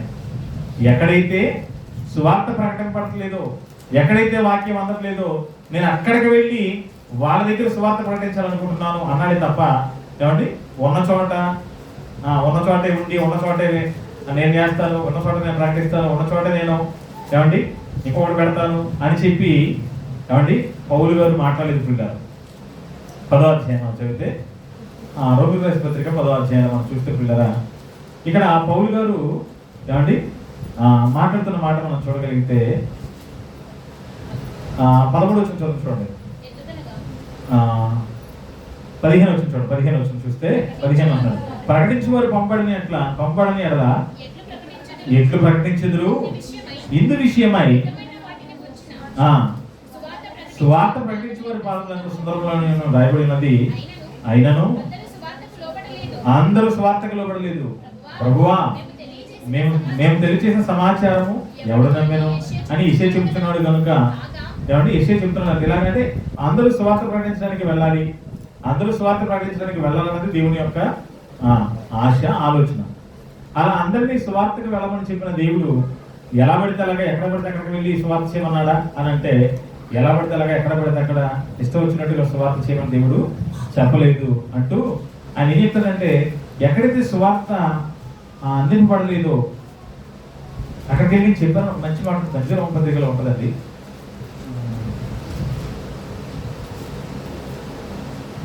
చూడండి, క్షమించండి, 15వ అధ్యాయం చూడండి. కాబట్టి 15వ అధ్యాయము 20 వచనం చూడండి. 20-21 వచనం చూస్తే ఎంత బాగుందో చూడండి. క్రమం అపోస్తలుడైన పౌలు గారు ఎంత చక్కటి క్రమాన్ని చెప్తున్నారు చూడండి. నేనైతే మరి ఒకని పునాది మీద కట్టబడకుండా నిమిత్తం, ఎవరో పునాది వేశారంట. నేనైతే మరి ఒకని పునాది మీద కట్టబడకుండా నిమిత్తం, ఎవరో పునాది వేశారు, ఎవరో వెళ్ళి ఆ గ్రామానికి స్వార్థ చేశారు. అవునా? నువ్వేదికి వెళ్తున్నావు మళ్ళీ అక్కడికి? ఎవరో వెళ్ళి అక్కడ చేశారు కదా. నా సహోదరుడు ఆ గ్రామానికి వెళ్ళి స్వార్థ చేశాడులే, నేను నా పక్క గ్రామానికి వెళ్ళి చేద్దాం అనుకోకుండా నేను అదే గ్రామంలో చేస్తాను, నాకు అక్కడే కావాలి, నేను అక్కడే చేస్తాను. క్రమం అది, పద్ధతి అది. పౌలు గారు ఏమంటున్నాడు? నేనైతే వేరొకడు కట్టిన పునాది మీద కట్టబడకుండా నిమిత్తము ఆయనను గురించి ఆయన గురించిన సమాచారము ఎవరికి తెలియబడలేదో వారు చూతులనియు వినని వారు గ్రహింతులనియు వ్రాయబడిన ప్రకారము క్రీస్తు నామమెరుగని చోట్లను స్వార్థ ప్రకటింపవలనని మిక్కిలి ఆశగడవలనయుండి అలాగున ప్రకటించిందని. ఎక్కడైతే వాక్యం సత్యవాక్యం లేదో అక్కడికి వెళ్ళు, అంతేనా? ఎవిడేట్ చేసావు మంచిదే, ఎంబీడీహెచ్ ఒక 50,000 రూపాయలు ఖర్చు పెట్టి ఎంబీడీహెచ్ పూర్తి చేసావు, బాగుంది. ఎంబీడీహెచ్ పూర్తి అయిపోగానే ఏం చేయాలి? ఎక్కడైతే ఈ సత్యవాక్యం లేదో, ఎక్కడైతే ఈ సత్యవాక్యం బోధించేవాళ్ళు లేరో, ఎక్కడైతే అబద్ధ బోధనతో ఆ గ్రామం ఆ ప్రాంతం అంతా పాడైపోతుందో అటువంటి ఒక గ్రామాన్ని, అప్పటి వరకు ఎవరు మన సహోదరులు వెళ్ళని ఒక గ్రామాన్ని ఎంపిక చేసుకొని ఆ గ్రామానికి ఆ ప్రాంతానికి వెళ్ళి అక్కడ సువార్త చెప్పి అక్కడ సంఘాన్ని కట్టు. అది క్రమం, అది పద్ధతి. అది వదిలేసి ఒక నలుగురు ఉన్న చోట నేను ఇక్కడ సంఘాన్ని కట్టేస్తాను, ఈ నలుగురు ఎలా ఉన్నారు కనుక ఈ నలుగురు నా పక్కన పెట్టుకుంటాను, నేను బయటికి వెళ్ళి కష్టపడను, బయటికి వెళ్ళి సువార్త చేయను, బయటికి వెళ్ళి నేను శ్రమ పడను, అమర్చిన మీద అయ్యగారు చేసినట్టు నేను కూడా చేయేస్తాను అంటే అది క్రమమా? ఆలోచించండి మీరు. దేవుని పని చేయాలి, దేవుని పని చేయాలనుకుంటున్న వాళ్ళు వాక్యం నేర్చుకున్నావు, వాక్యం నేర్చుకున్నావు నీవు. పౌలు గారు ఏం చెప్తున్నాడు? పౌలు గారు ఏమన్నాడు ఇందాక? నేను అన్నీ చేయగలను, అన్నీ చేయడానికి నాకు స్వతంత్రం ఉంది, కానీ అన్నీ చేయదగినవి కాదు. మరి ఏం చేయాలి? యేసుక్రీస్తు నామం ఎక్కడెక్కడైతే ప్రకటింపబడలేదో, ఎక్కడైతే దేవుని నామం ఇంకా తెలియలేదో నేను వాళ్ళ దగ్గరికి వెళ్ళిపోతాను, వాళ్ళకి నేను స్వార్థ ప్రకటిస్తాను అనుకున్నాడు. అలా వెళ్ళిపోయాడు. దేశాలు దాటాడు, ఖండాలు దాటాడు, ప్రాంతాలు దాటాడు, అనేక చోట్లకు వెళ్ళాడు ఆయన. అది క్రమం. అవునా? అది క్రమం. ఇంకో మంచి మాట అంటున్నాను, మీరు చూడగలిగితే ఏమండి, 2 కొరింథీ పత్రిక 10వ అధ్యాయం చూడండి ఒకసారి. దీన్ని ఇలా పట్టుకొని ఎంత చక్కటి క్రమాన్ని అపోస్తలుడైన పౌలు గారు చెప్పారండి. ఎంత చక్కటి క్రమాన్ని ఆయన పాటించారు. ఆయన ప్రకటించడమే కాదు, పాటించారు. మరి ఈరోజు ఎలా ఉంది? బైబిల్ చదువుతూనే ఉన్నాం, వాక్యం నేర్చుకుంటూనే ఉన్నాం, వాక్యాన్ని వింటూనే ఉన్నాం, భక్తుల జీవితాల గురించి చెప్పుకుంటున్నాం. మరి ఆ భక్తులు ఏం చేశారో వాళ్ళ జీవితాలు ఎప్పుడైనా మనం ఆలోచిస్తున్నామా? నేనైతే వేరొకరి పునాది మీద కట్టబడకూడని నిమిత్తం క్రీస్తు నామం ఎరుగని చోట్లకు వెళ్ళిపోయి అక్కడనే ప్రకటించాను అని పౌలు గారు చెప్పారు. వెళ్ళారా? నిజంగా వెళ్ళారు. ఆయన ఒక క్రమాన్ని పాటించాడు సువార్త ప్రకటించడానికి ఆయన. ఎందుకంటే ఆయనకంటే ముందు అపోస్తలులు ఉన్నారు, మొదటి శతాబ్దం సంఘం ఉంది. అవునా? క్రీస్తులు కళ్ళారా చూసిన వాళ్ళు ప్రకటించుకుంటూ తిరిగారు. చాలా కాలం తర్వాత ఈయన ప్రభువుని నమ్ముకున్నారు. అలాగని వాళ్ళందరూ చేస్తున్న పరిచర్యలకు వెళ్ళిపోయి వాళ్ళ పరిచర్యలు నేను పాడు చేయలేదు. ఎక్కడెక్కడైతే సువార్త వెళ్ళలేదు, ఏ ప్రాంతాలకైతే సువార్త వెళ్ళలేదు ఆ ప్రాంతాలకు కష్టం అనుకుండా వెళ్ళాడు. కాలినడకన వెళ్ళాడు, అరణ్యాల్లో ప్రయాణం చేశాడు, సముద్రాల మీద ప్రయాణం చేశారు, నదుల మీద ప్రయాణం చేశారు ఆయన. అవునా? రకరకాలుగా ప్రయాసపడి అనేక ప్రాంతాలకు వెళ్ళి ప్రాణాలకు తెగించి సువార్త ప్రకటించి అనేక మందిని దేవుని కోసం నిలబెట్టాడు ఆయన. మరి ఈరోజు ఎలా ఉందో ఆలోచించండి మీరు. ఎలా ఉందో ఆలోచించి ఈరోజు క్రమం అనేది ఉందా? వాక్యం నేర్చుకున్నంత వరకు బాగుంటారు. వాక్యం నేర్చుకోగానే ఉన్న పరిచర్యను పాడు చేయడం, వాక్యం నేర్చుకోగానే జరుగుతున్న పరిచర్యలను పాడు చేసేయడం, సంఘాన్ని పాడు చేసేయడం, సంఘానికి వ్యతిరేక కార్యక్రమాలు చేసేయడం, సంఘానికి వ్యతిరేకంగా మళ్ళీ సంఘాలు పెట్టడం కదా. ఇది క్రమం అనుకుంటున్నారా? ఇది క్రమమా? పౌలు గారు అంటున్నారు చూడండి, 10వ అధ్యాయం 2 కొరింథీ పత్రిక 10వ అధ్యాయం 11వ వచనం మనం చదవగలిగితే, ఇప్పుడు 11వ వచనం మేము చూడగలిగితే, మేము ఎదుట లేనప్పుడు పత్రికల ద్వారా మాటలు ఎందుకు వారమై ఉన్నామో, ఎదుట ఉన్నప్పుడును క్రియలు ఎందు అట్టి వారమై ఎందుమని అట్లా అనుకుని వాడు తలంచుకోగలను. ఏమనుకుంటున్నారంట? ఆయన చెప్తాలే కానండి, ఏం చేయడండి అంటున్నారంట పౌలు గారు. అప్పుడు పౌలు గారు అంటున్నారు, మేము ఎదురుగా ఉన్నప్పుడు ఎలా ఉంటామో పత్రికల్లో రాసినప్పుడు కూడా అలాగే ఉంటాం. దూరంగా ఉన్నారు కనుక ఎలా ఉన్నారో అనుకోవాల్సిన లేదు. చూడండి, మేము ఎదుట లేనప్పుడు పత్రికల ద్వారా మాటలు ఎదుటి వారమై ఉన్నామో, ఎదుట ఉన్నప్పుడు క్రియలు ఎందును అట్టి వారమై ఎందుమని అట్లను వాడు తలంచుకోగలను అని చెప్పి 12వ వచనంలో, తమ్ముడు తామే మెచ్చుకుని కొందరితో జతపరుచుకున్నట్టు ఆయనను వారితో సరిచూచుకున్నట్టు ఆయనను మేము తెగింపజాలము. కానీ వారు తమలోనే ఒకరిని బట్టి ఒకడు ఎన్నిక చేసుకుని ఒకరితో ఒకడు సరిచూసుకొని చున్నందున గ్రహింపు లేదు. ఒకప్పుడు బాగా చేస్తున్నావు అన్న సేవ, సూపర్, వాళ్ళేం చేశారు, నువ్వే బాగా చేస్తున్నావు అని ఒకరికొకటి చెప్పుకొని జబ్బలు గుద్దుకొని గొప్ప చెప్పుకుంటున్నారంట. మేము వాళ్ళ ఏమంటున్నారు పౌలు గారు అని ఎందుకు వచ్చి అంటున్నాడు ఆయన, మేమైతే మేరకు మించి అతిశయపడము కానీ మీరున్న స్థలం వరకు రావాలని దేవుడు మాకు కొలిచి ఇచ్చిన మేర వరకు లోబడి ఉండి అతిశయించినాము. దేవుడు కొలిచి ఇచ్చాడు, అక్కడికే వస్తాం. ఆయన నువ్వు హద్దుది, ఆ హద్దును దాటి వెళ్ళకూడదు. క్రమం అది. మనకు ఒక హద్దును పెట్టాడా, ఆ హద్దు లోపలే చేయాలి నువ్వు పని. హద్దు దాటి ప్రవర్తించకూడదు, దాన్ని అక్రమం అంటారు. హద్దుకు లోపల ఉంటే క్రమము. దేవుడు అంటే ఏమంటున్నాడు చూడండి 12వ వచనంలో, మేమైతే మేరకు మించి అతిశయపడము కానీ మీరున్న స్థలం వరకు రావాలని దేవుడు మాకు కొలిచి ఇచ్చిన మేరకు లోబడి ఉండి అతిశయించున్నాము. మేము క్రీస్తు సువార్తను ప్రకటించుచు మీ వరకు వచ్చింటివి కానీ మీ వద్దకు రాని వారమైనట్టు మేము మా మేర దాటి వెళ్ళుచున్న వారము. మేర అంటే కొలత లేదా హద్దు, గీత. ఏమనుకుంటావు? మేము దాటి రాము అంటున్నాడు పౌలు గారు. మేము దాటి రాము, ఎందుకంటే ఒక క్రమం అనేది దేవుడు చెప్పాడు, ఈ దాటి వెళ్ళకూడదని చెప్పాడు. దాటి మేము రాము. తర్వాత మేము చూడగలిగితే 11-15 మేము మేరకు మించి ఇతరుల ప్రయాస ఫలములలో భాగస్థులం అనుకుని అతిశయపడము. ఇతరుల ప్రయాస ఫలంలో మేము నమ్మబెట్టి ఏమండి చూడండి అంత మంచి మాట, మేము మేరకు మించి ఇతరుల ప్రయాస ఫలములలో భాగస్థులం అనుకుని అతిశయపడము. మీ విశ్వాసం అభివృద్ధి అని కొలది మాకు అనుగ్రహింపబడిన మేరకు లోపలనే సువార్తను మరి విశేషంగా వ్యాపింపజేస్తాం. మాకు ఇవ్వబడిన దానిలో మేము చేసుకుంటూ వెళ్తాం తప్ప ఎవరో చేసిన దానిలోకి వెళ్ళను. ఎవరో చేసిన పనిలోనికి వెళ్ళిపోయి మేము కూడా దీనిలో ఉన్నామని చెప్పని మేమేమి చంకలు గుద్దుకోము. చూసారండి ఈరోజు ఎలా ఉన్నారు అంటే, కష్టపడి ఒక గ్రామానికి వెళ్ళి సువార్త చేసి అక్కడ వాక్యం చెప్పి ఒక వ్యక్తిని వాక్యం దగ్గరకు నడిపించి ఆ గ్రామంలో ప్రయాసపడి సేవ చేసేవారు లేరు. ముందు నుంచి కష్టపడి ప్రయాసపడి సేవ చేసి సంఘాన్ని నిలబెట్టి నానా బాధలు పడి తినక ఎన్నో బాధలు పడి తయారు చేస్తే అక్కడికి వెళ్ళి లేనిపోని మాటలని చెప్పి, చెడ్డ మాటలని చెప్పి, మాయ మాటలని చెప్పి ఉన్న విశ్వాసాల మనసులను పాడు చేసి ఏమండి సంఘాన్ని పాడు చేసేవాళ్ళు, సంఘాన్ని దోచుకునేవాళ్ళు, సంఘాన్ని నాశనం చేసేవాళ్ళు. ఇది క్రమమా? ఇది క్రమమా? ఇది చేయమని దేవుడు చెప్పాడా? ఇలా చేయాలనుకుంటే పౌలు గారు యెరూషలేములో ఉండేవాడు. యెరూషలేములో కూర్చొని అపోస్తలులు అందరూ చాడీ చెప్పి యెరూషలేము సంఘంలో కూర్చొని పరిచయం చేసేవాడు. ఆయనకున్న తెలివికి, ఆయనకున్న జ్ఞానానికి, ఆయనకున్న ధైర్యానికి. కానీ పౌలు గారు అలా చేయలేదు. యెరూషలేములో అపోస్తలులు ఉన్నారని చెప్పి యెరూషలేములో ఆయన అడుగు కూడా పెట్టాడు. చుట్టుపక్కల ప్రాంతాలకు వెళ్ళి ఆయన సువార్త చేశాడు. అనేక ప్రాంతాలు పట్టణాలు తిరిగి సువార్త చేశాడు. మరి ఈరోజు ఎలా ఉన్నారు చెప్పండి? వాక్యం నేర్చుకున్న తర్వాత నేర్చుకున్న వాక్యాన్ని తెలియని వారి దగ్గరికి వెళ్ళి చెప్పవలసిన వారు ఉండగా, తెలియని వారి మధ్యకి వెళ్ళి సువార్త ప్రకటించవలసిన వారు అక్కడికి వెళ్ళి సువార్త ప్రకటించకుండా ఉన్న చోట సువార్త ప్రకటిస్తూ దేవుని పనిని పాడు చేసేవారు. వీళ్ళందరూ ఎవరు?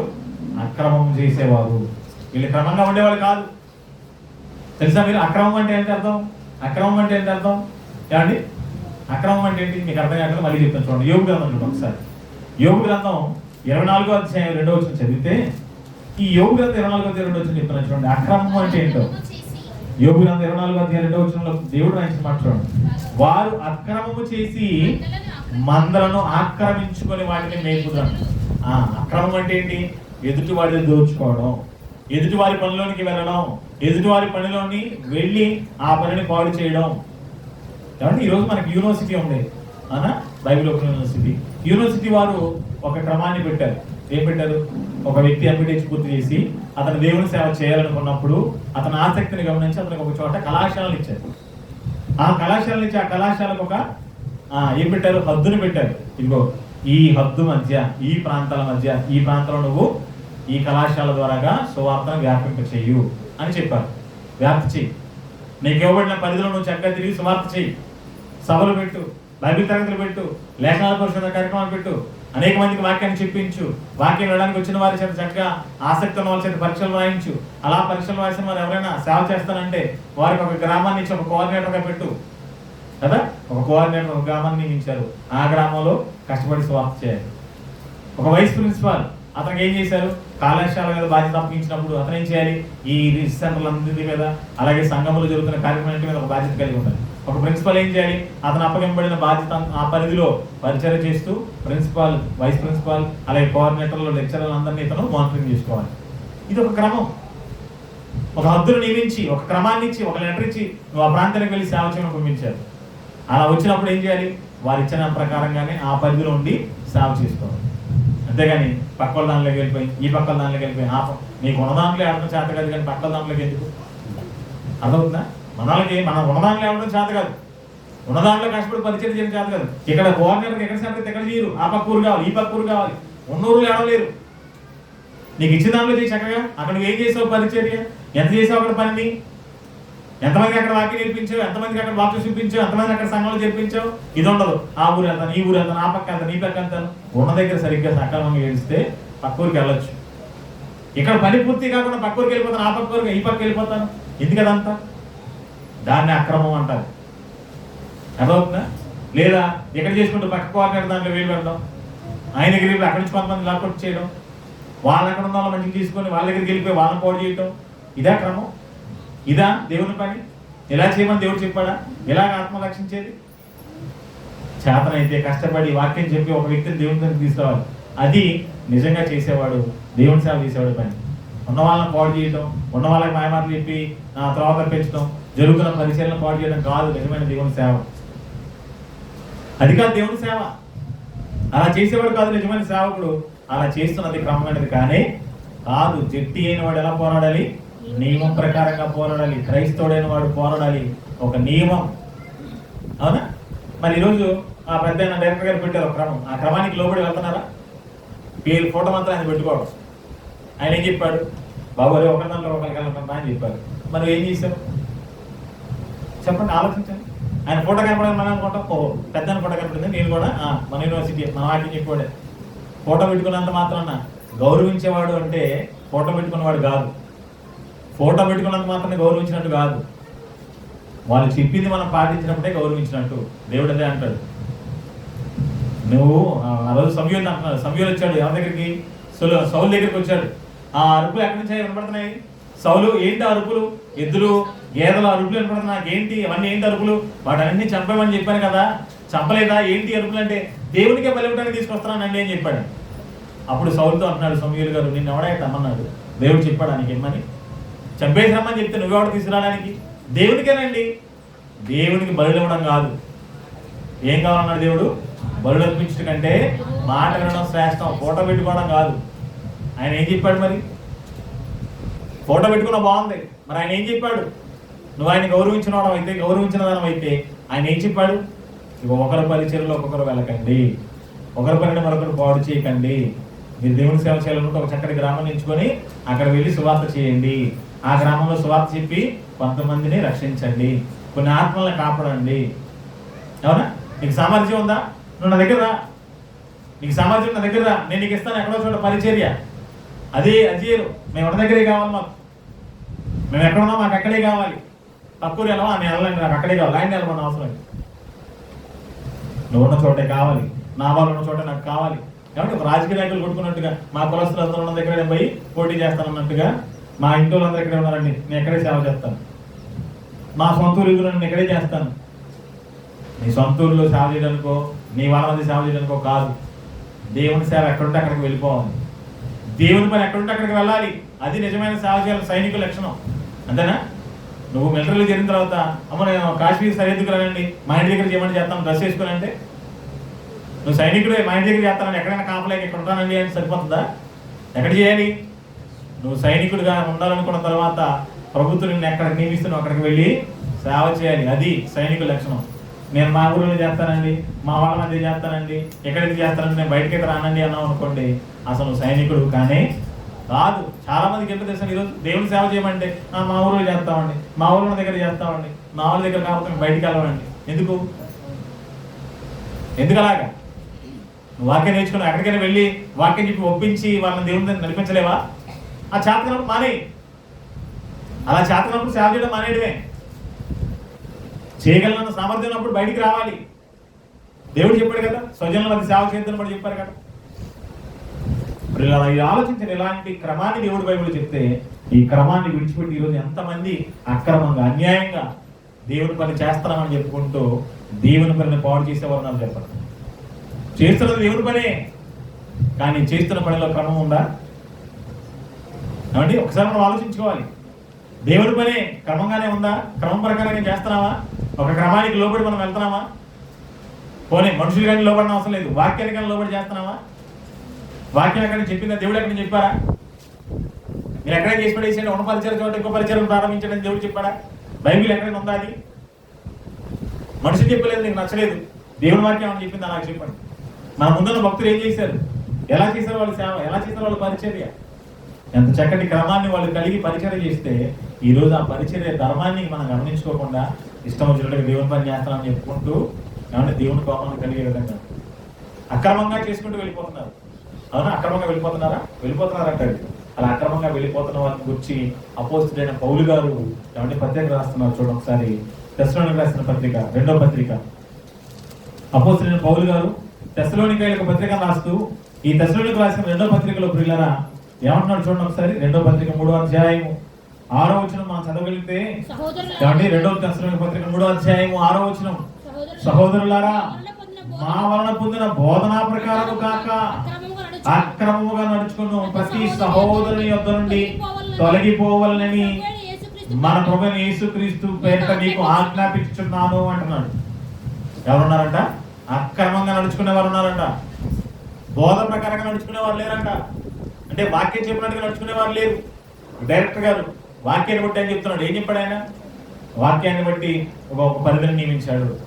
వాక్యాన్ని బట్టి అంటే ఒక వ్యక్తి స్వార్థ వెళ్ళాలంటే ఎలా వెళ్ళాలని తెలుసు? అసలు సంఘము పంపిస్తే వెళ్ళాలి. నీకు అర్థమవుతుందా? కోర్సు అయిపోయినంత మాత్రాన నేను వెళ్ళిపోయి సేవ చేస్తానండి అంటానికి కూడా లేదు. కోర్సు పూర్తి చేసిన తర్వాత నువ్వు సేవ చేయదలుచుకుంటే సంఘము నిన్ను పంపించాలి. తెలుసా? పౌలు గారిని తర్వాత ఏమంటే బర్నబా గారిని ఎవరు పంపిస్తారనుకున్నారు? యెరూషలేము నుంచి అపోస్తలులు వాళ్ళు ఏం చేస్తారు తెలుసా? అంతియోకైకి పంపిస్తారు పత్రికలు ఇచ్చి. తెలుసా? అలాగే అకుల ప్రిస్కిల్లా అపోల్లో గురించి పత్రిక ఇచ్చి పంపిస్తారు. అతను తిమోతి గారికి పత్రిక ఇచ్చి పంపిస్తాడు. ఇవన్నీ పత్రిక ఇచ్చి పంపిస్తున్నాను, ఇతను మీరు చేర్చుకోండి, ఇతను మీరు సేవకులుగా పెట్టుకోండి. సంఘము పత్రిక అంటే లెటర్. మనకి ఇప్పుడు అఫిలియేషన్ లెటర్ అంటాం చూసారా? ప్రిన్సిపల్గా అఫిలియేషన్ లెటర్ వదుకుని ఆయన మా ప్రాంతానికి వెళ్ళి సేవ చేయి అంటే నువ్వు చేయాలి. మీకు ఇస్తే మీరు వెళ్ళి చేయాలి. ఒక కోఆర్డినేటర్గా అఫిలియేషన్ లెటర్ ఇస్తే సంఘం నువ్వు వెళ్ళి చేయాలి. ఇక్కడ ఎవరు నమ్ముతులు లేవు. నేను నేర్చుకున్నాను, నేను వెళ్ళి చేస్తాను, నేను ఎంబీడీ పూర్తి చేశాను, నేను సేవ చేయకూడదా? నువ్వు ఎంబీడీ పూర్తి చేసి సేవ చేయి. చేయడానికి ఒక క్రమం. నేను బైబిల్ ట్రైనింగ్ పూర్తి చేశానండి, నేను సేవ చేయాలి, చేయడానికి ఒక క్రమం. ఇష్టం వచ్చినట్టుగా సేవ చేయడానికి అనుమతి దేవుడు ఇవ్వలేదు. అదవుతుందా? అలాగా ఆయన ఒక క్రమాన్ని పెట్టి బైబిల్లో చక్కగా దేవుడు ఎలాగైతే క్రమాన్ని పెట్టి క్రమం ప్రకారంగా దేవుని సేవ చేయమని చెప్పాడో, మన డైరెక్టర్ గారు కూడా అలాగే ఒక క్రమాన్ని పెట్టి ఒక నియోజకవర్గానికి ఒక కళాశాల, ఒక గ్రామానికి ఒక కోఆర్డినేటర్, ఇప్పుడు ఒక మండలానికి ఒక కళాశాల అని ఇలా చక్కగా కళాశాలలు ఇలా ఏర్పాటు చేస్తూ చక్కగా అక్కడ పరిచయం జరిగించండి. ఒకరి పరిధిలోకి ఇంకొకరు వెళ్ళకండి, ఒకరి దగ్గర ఇంకొకరు పరిచయం చేయకండి, చక్కగా అందరూ కలిసి దేవుని పని చేయండి, విన్న వాక్యాన్ని మీరు అంతా వ్యాప్తి చేయండి అని ఆయన చెప్తే ఎలా అయిపోయారండి ఈరోజు? ఆయన చెప్తాడు, వీళ్ళు మాత్రం ఇష్టం చేసుకుంటూ వెళ్ళిపోతున్నారు. అదే పౌలు అంటున్నాడు. మొదటి శతాబ్దంలో కూడా జరుగుతుంది. అదే ఏమన్నాడు ఆయన? సహోదరులారా, మా వలన పొందిన బోధనా ప్రకారము కాక, వాక్య ప్రకారంగా కాక, బోధనా ప్రకారంగా కాక అక్రమంగా నడుచుకున్న ప్రతి సహోదరుని వద్ద నుండి తొలగిపోండి. ఎవరెవరైతే అక్రమంగా నడుచుకుంటున్నారో, ఒక క్రమం అనేది లేకుండా దేవుని పని అనుకుంటూ అడ్డదిడ్డంగా అక్రమంగా వెళ్ళిపోతున్నారో అలాంటి వారిని మీరు గుర్తించండి. అలాంటి వారికి మీరు ఏం చేయండి? దూరంగా ఉండండి. హెచ్చరిక అంట. ఎందుకు? అలాంటి వారితో ఉంటే మీకు ప్రమాదం. హెచ్చరిక అని ఎప్పుడు అంటాం? ప్రమాదం ఉన్నప్పుడే హెచ్చరిక. ప్రమాదం ఉన్నప్పుడే హెచ్చరిక. జాగ్రత్త అన్నాము అంటే ప్రమాదం ఉంది, జాగ్రత్త. అదవుతుంది మీకు? ప్రమాదం ఉంది కనుక హెచ్చరిక చేస్తున్నాడు, జాగ్రత్త. అక్రమంగా నడుచుకుంటున్న వారికి మీరు దూరంగా ఉండండి. అవునా? అక్రమంగా ఉంటున్న వారికి దూరంగా. 5వ అధ్యాయం 14 ఇక్కడే మొదటి దశలోని పత్రిక 5వ అధ్యాయం 14 వచ్చిన కూడా చూడండి. 5:14 కూడా అంటున్నాడు, సహోదరులారా, మేము బోధించినది ఏమనగా అక్రమముగా నడుచుకున్న వారికి బుద్ధి చెప్పండి. మొట్టమొదటి ఏం చేయాలి? ఒక వ్యక్తి అక్రమంగా నడుచుకున్నాడని తెలిసినప్పుడు అతను ముందు ఏం చెప్పాలి? బుద్ధి చెప్పాలి. తప్పిది, ఇలా చేయకూడదు చెప్పాలి. చెప్పామా? చెప్పాం. వినలేదా? అలా అక్రమంగా నడుచుకునే వారికి బుద్ధి చెప్పిన తర్వాత వాళ్ళు వినలేదా, మారలేదా? వాళ్ళని మీరు ఏం చేయండి? విడిచిపెట్టండి. వాళ్ళకి మీరు దూరంగా ఉండండి. అదే చెప్తున్నాడు 3వ అధ్యాయం 6వ వచనంలో. రెండవ చేస్తున్నాక 3:6 చెప్తుంది అదే. అవునా? అక్రమంగా నడుచుకున్న ప్రతి సహోదరుని ఎదురు తొలగిపోండి. మొదట బుద్ధి చెప్పండి. విన్నాడా? సరే. వినలేదా? వాడిని విడిచిపెట్టేసేది. దూరంగా ఉండండి. అలా లేకుండా మీరు కూడా అతనితో కలిసిపోయారా, ఆమెతో కలిసిపోయారా, వారి దుష్టక్రియల్లో మీరు కూడా పాలుభాగస్తులు అయిపోతారు. అక్రమం చేసేవారితో మీరు చేతులు కలిపారా? అక్రమం చేసేవారితో, అన్యాయం చేసేవారితో, జరుగుతున్న దేవుని పనిని పాడు చేసేవారితో మీరు కూడా చేతులు కలిపేశారా? మీరు కూడా వాళ్ళతో కలిసి అక్రమం చేసేవారితో ఏకమైపోయినట్లే. అవునండి. మనం దొంగతనం చేయని అవసరంలా. దొంగతనం చేసిన పక్కన ఉంటే చాలు. ఏమంటారు? వాడు చేసేలే కానీ వీడు చేయలేదండి అంటారా? మీరు చెప్పండి. దొంగతనం చేసాడు పక్కన ఉంటే చాలు, నువ్వు కూడా ఎవరివి? దొంగవే. అంతేనా? పట్టుకోండి ఇద్దాం అంటాడా, లేకపోతే వండకం తింటా అంటాడు? నీకు అర్థమవుతుందా? దొంగతనం చేసాడు పక్కన నువ్వు దొంగవే. అక్రమం చేసేవాడు పక్కన నువ్వు ఉంటే నువ్వు కూడా ఎవరివి? అతనికి సపోర్ట్ చేస్తే. ఆలోచించండి ఒకసారి. క్రమంగా చేస్తున్నావా, అక్రమంగా చేస్తున్నావా విచారించండి. ఏది క్రమం తెలియదో తెలుసుకునే ప్రయత్నం చేయండి.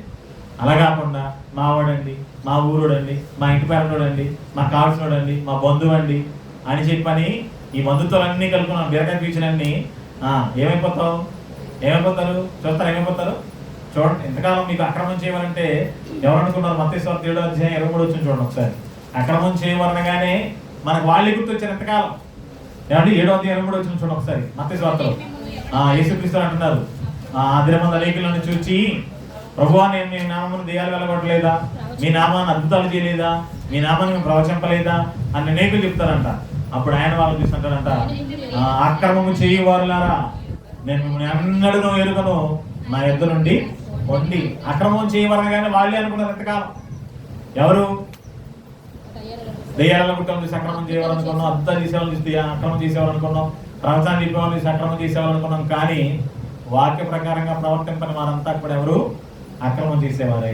పరిచర్ని పాడు చేసేవాళ్ళంతా ఎవరు? అక్రమం చేసేవాళ్ళే. పరిచర్య ఉన్న చోట మళ్ళీ పరిచర్య కావాలని పెట్టేవాడు అక్రమం చేసేవాడే. జరుగుతున్న దేవుని పనిని పాడు చేసేవాడు అక్రమం చేసేవాడే. ఈ అక్రమం చేయవారందరినీ దేవుడు ఏమంటాడు? నేను మిమ్మల్ని అన్నడు మీరు నా ఎదురు నుండి పొండి అని గెంటేస్తున్నాడు. అర్థమవుతుంది మీకు? దేవుని పనిని పాడు చేసే వాళ్ళందరూ అక్రమం చేసేవాళ్ళే. అలా అక్రమం చేసేవారితో మీరు చేతులు కలిపారా? మీరు కూడా అక్రమం చేయవారితో కలిసిపోయినట్లే. అలా అక్రమం చేసేవారందరినీ దేవుడు ఏమంటున్నాడు? గెంటేస్తున్నాడు ఆయన. ఎక్కడి నుంచి?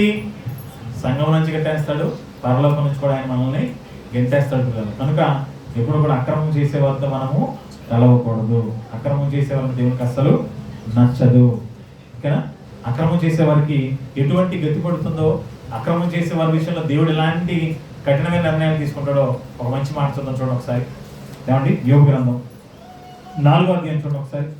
యోబు గ్రంథం 4వ అధ్యాయం 8వ వచనం మనం చదివితే పిల్లరా, అక్రమం చేసే వారికి పట్టే గతి ఇక్కడ చెప్తున్నాడు చూడండి. యోబు గ్రంథం 4వ అధ్యాయము 8వ వచనం, నేను చూచినంత వరకు అక్రమమును దున్ని కీడును విత్తువాడు దానినే కోయుదురు అంటున్నాడు చూడండి. అక్రమమును దున్నాడంట, కీడును విత్తాడంట. మనకేం తెలుసు? పొలాన్ని దున్ని ఒడ్లు విత్తడం తెలుసు. కానీ దేవుడు అంటున్నాడు, అక్రమమును దున్ని కీడును విత్తావు, నువ్వు చివరికి అదే కీడును అనుభవిస్తావు అంటున్నాడు దేవుడు.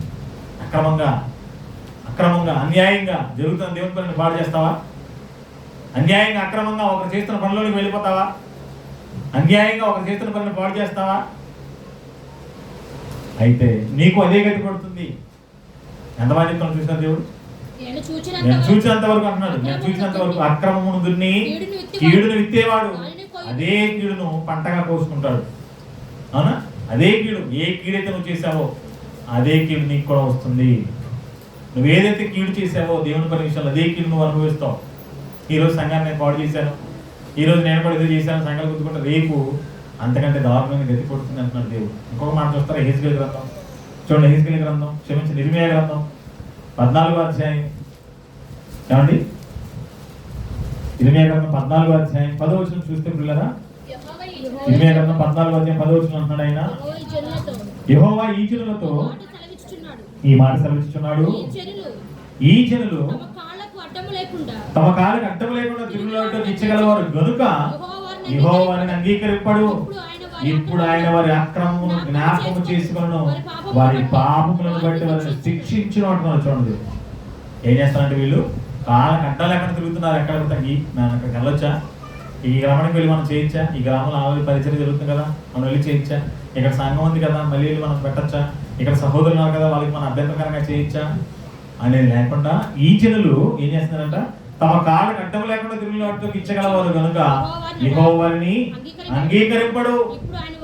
నేను ఆ ఊరు వెళ్ళి పెడతాను, ఈ ఊరు వెళ్ళి పెడతాను, అక్కడికి వెళ్ళి చేస్తాను, ఎక్కడికి వెళ్ళి చేస్తాను అంటే నువ్వు చేసేది ఏది ఆయన ఏం చేయాలంట? నీకు ఇష్టం వచ్చినట్టు తిరుగుతున్నావు, ఆయన నిన్ను అంగీకరింపడు. తర్వాత అంటున్నాడు, ఇప్పుడు ఆయన వారి అక్రమమును జ్ఞాపకం చేసుకొనొచ్చు, అక్రమమును జ్ఞాపకం చేసుకొనును, వారి పాపమును బట్టి వారిని శిక్షించను. శిక్ష విధిస్తానంట దేవుడు. అక్రమం చేసే వారిని దేవుడు ఏం చేస్తా అంటున్నాడు? శిక్షిస్తాను. అక్రమం చేయడం అనేది కీడు చేయడంతో సమానం. ఆ కీడు చేసిన వాడికి మరలా కీడే మూడుతుంది. అందుకన్నాడు యోబు 8:4-8లో, నేను చూసినంత వరకు అక్రమం ఉంటుంది కీడు విత్తువాడు అదే కోసుకుంటాడు, అదే పంటను కోసుకుంటాడు. అక్రమంగా ఉన్నవాడిని దేవుడు ఏం చేస్తా అంటున్నాడు? శిక్షిస్తాను అంటున్నాడు. కనుక ప్రియులరా, అక్రమంగా మనం అసలు ఉండకూడదు. మరి ఇప్పుడు అక్రమం చేసేవారు ఏం చేయాలి? ఇదంతా విన్న తర్వాత, అయ్యో నేను కూడా అక్రమం చేశానండి, నేను కూడా తప్పు చేశానండి, ఇలా చేసి ఉండకూడదని నాకు తెలియక ఇదంతా నేను చేశానండి అని ఒకవేళ అనుకుంటే దేవుడు ఒక మంచి అవకాశం ఇచ్చాడు. ఏం అవకాశం ఇచ్చాడు చూద్దాం. చూడండి యెహెజ్కేలు గ్రంథం 18వ అధ్యాయం. యెహెజ్కేలు గ్రంథం 18వ అధ్యాయము 30వ వచనం చూద్దాం పిల్లలు. 18వ అధ్యాయం యెహెజ్కేలు గ్రంథం 30వ వచనంలో అంటున్నాడు ఆయన, కాబట్టి ఇశ్రాయేలీయులారా ఎవరి ప్రవర్తనను బట్టి వారికి శిక్ష విధింతును. ఇక్కడ చూడండి, మనస్సు త్రిప్పుకొని మీ అక్రమములు మీకు శిక్షా కారణములు కాకున్నట్లు వాటన్నిటిని విడిచిపెట్టండి అంటున్నాడు. చూసారా, అక్రమం చేసావా, సరే తెలియజేసావా, ఈ క్రమం ఎలా ఉంటుందని తెలియజేసావా, ఒక క్రమాన్ని నేను పెట్టానని ఆ క్రమం ప్రకారంగా నేను పోరాడాలని, ఆ క్రమం ప్రకారంగా పోరాడకపోతే కిరీటం దక్కదని నేను చెప్పిన వాటి నీకు అర్థం కాలేదా? అక్రమం చేసావా, ఓకే చేసావు, అర్థమైంది. విన్న తర్వాత నేను అక్రమం చేసిన సంగతి నీకు అర్థమైంది. అర్థమైన తర్వాత ఇప్పుడు ఏమంటున్నాడు ఆయన? ఏమంటున్నాడు ఆయన? చూడండి, మీ మనసు తిప్పుకొని, ఏమండి, మీ మనసు తిప్పుకొని మీ అక్రమములు మీకు శిక్షా కారణములు కాకున్నట్లు వాటన్నిటిని ఏం చేయండి? విడిచిపెట్టాను. ఎక్కడి నుంచి అయినా విడిచిపెట్టేయండి. ఎంతకాలం అక్రమం చేసావా, అన్యాయం చేసావా, దేవుని పనిని పాడు చేసావా? అయితే నువ్వేం చేయి, ఎప్పటికైనా మనసు మార్చుకొని వాటిని విడిచిపెట్టే. విడిచిపెడితే ఏం చేస్తాను? క్షమిస్తాను. విడిచిపెడితే ఏం చేస్తాను? నేను శిక్షించను. విడిచిపెడితే ఏం చేస్తాను? ఆ కీడుని మీదకి రాకుండా నేను కాపాడుతాను. ఒకవేళ విడిచిపెట్టలేదా? విడిచిపెట్టకుండా అలాగే ఉన్నారా? అలాగే ఉంటావా?